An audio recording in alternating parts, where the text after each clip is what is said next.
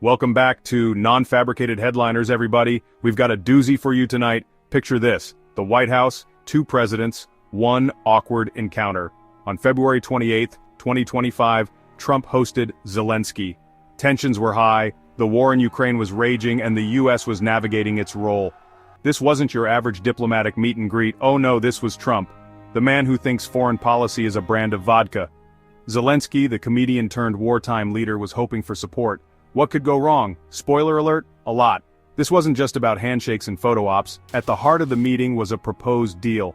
The US wanted access to Ukraine's rare earth minerals. In exchange, Ukraine would get continued US aid. But as with all things Trump, it was about as straightforward as a roller coaster. So buckle up, folks, because tonight, we're diving deep into the Trump-Zelensky showdown. We'll break down the drama, the accusations, and the fallout. Let's talk about these rare earth minerals, shall we? They're the unsung heroes of the modern world, powering our gadgets and green technologies. And guess what? Ukraine has a whole bunch of them. We're talking titanium, iron ore, the works. It's like the earth decided to hide a treasure chest right under Putin's nose. The US naturally wants in on this. See, China currently dominates the rare earth market, and nobody likes a monopolist, especially one with a penchant for authoritarianism. So, the Trump administration, in all its infinite wisdom, saw a golden opportunity. Let's make a deal, they said. We'll give you weapons, you give us minerals. Win-win, right? Well, not so fast. Zelensky, understandably, had some concerns. For starters, some of these mineral deposits are in territory currently occupied by Russia. Talk about awkward. Plus, Zelensky wanted something more than just a promise of continued aid. He wanted security guarantees. He wanted the US to have his back, not just his wallet. But Trump, being Trump, wasn't really in the mood for nuance. He wanted a deal, and he wanted it now. He saw Zelensky's hesitation as a sign of weakness, a lack of appreciation for American generosity, and that's when things started to go south, fast.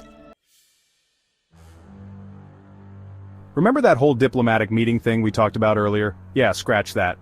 The meeting quickly devolved into a Trumpian Twitter rant, but with slightly better catering. Trump, in his signature style, went on the offensive, accusing Zelensky of being ungrateful for US support. He painted a picture of America as the benevolent savior, showering Ukraine with billions of dollars, while Zelensky played the role of the ungrateful panhandler. He even threatened to pull the plug on US aid altogether, claiming that Zelensky was playing games and not doing enough to achieve peace. It was classic Trump all bluster, no substance. But behind the bluster, there was a dangerous message. A message that America's commitment to its allies was conditional, dependent on their willingness to bend to Trump's will. Zelensky, to his credit, tried to remain diplomatic. He expressed gratitude for US assistance but stood firm on his demands for security guarantees. He reminded Trump that this wasn't just about Ukraine. It was about defending democracy against authoritarian aggression. But Trump, blinded by his own ego, wasn't listening. Now, Zelensky, he's a different breed. This is a man who went from playing the piano with his genitals to staring down Putin. He's seen some things, man. So when Trump started throwing around accusations, Zelensky didn't flinch. He knew this wasn't just about rare earth minerals, it was about respect. It was about dignity.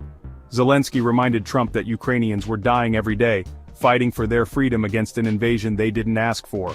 He talked about the human cost of the war, the families torn apart, the cities reduced to rubble. He wasn't asking for a handout, he was asking for partnership. He was asking for the US to stand with Ukraine, not just throw money at the problem and call it a day. But Trump, he wasn't having it. He kept interrupting Zelensky, dismissing his concerns and bringing the conversation back to the amazing deal he was offering. It was like trying to have a conversation with a toddler who just discovered the word mine, except this toddler had the nuclear codes.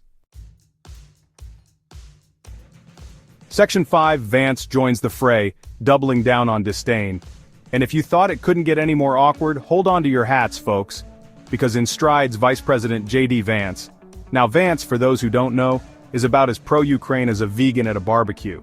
He's been a vocal critic of US aid to Ukraine, echoing the Kremlin's talking points about American imperialism and Ukrainian corruption.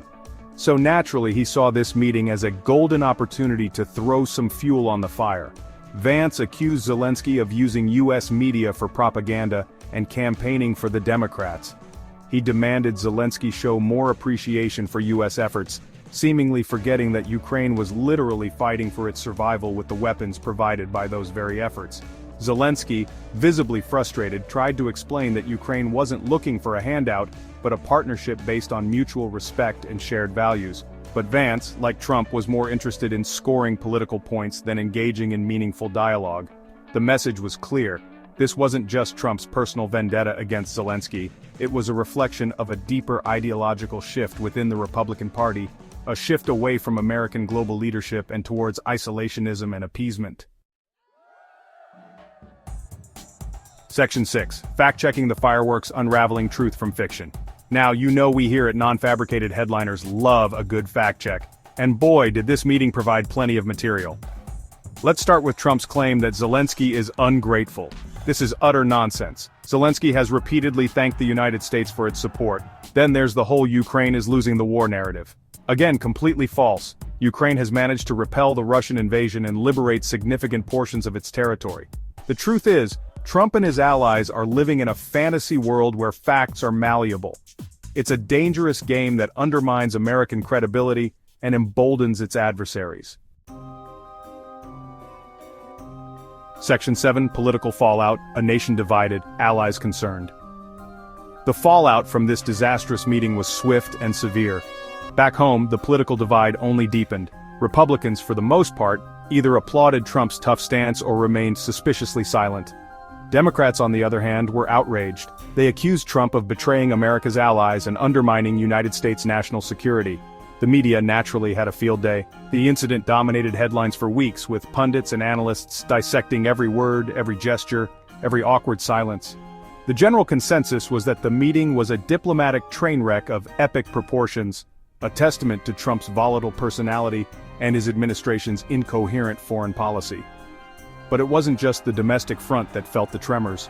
America's European allies, already wary of Trump's return to power, looked on with a mixture of disbelief and alarm. They had hoped that Trump, after 4 years out of office, might have mellowed, might have learned from his past mistakes. But this meeting proved that some leopards never change their spots, and some presidents are just hardwired for chaos. Section 8. Global implications, a fractured West, an emboldened East. Now, this wasn't just a spat between two presidents. This was a global event with far-reaching implications. The meeting sent shockwaves through the international community, exposing the fragility of the Western alliance and emboldening America's adversaries. Russia, of course, was ecstatic. Putin, watching from the Kremlin, must have been doing the Kazachok in his office. The sight of the American president publicly humiliating his Ukrainian counterpart was a propaganda coup of the highest order. It played perfectly into Putin's narrative that the West was divided, unreliable, and ultimately unwilling to stand up to Russian aggression. China, too, was closely watching the unfolding drama. The breakdown of United States-Ukraine relations served as a stark reminder of the shifting global power dynamics. It showed that the United States was no longer the undisputed leader of the free world, that its influence was waning, and that its commitments were unreliable. In short, the Trump-Zelensky showdown was a gift to America's enemies and a gut punch to its allies. It was a stark reminder that the post-Cold War order was crumbling and the future was looking increasingly uncertain. Section 9. The road ahead. Can this relationship be salvaged? So, where do we go from here? Can the United States-Ukraine relationship be salvaged after this diplomatic dumpster fire? The answer, as with most things in international relations, is complicated. On the one hand, there's a clear need for damage control. The Trump administration will have its work cut out for it, trying to reassure its allies and repair the damage done by Trump's erratic behavior. It will require a concerted effort to rebuild trust and reaffirm America's commitment to its international obligations. On the other hand, there's the Trump factor. As long as he remains a powerful figure in American politics, his shadow will continue to loom large over United States foreign policy. His isolationist rhetoric, his disdain for allies, and his willingness to cozy up to dictators have left a lasting mark on the Republican Party, making it difficult to envision a return to the pre-Trump era of bipartisan consensus on foreign policy.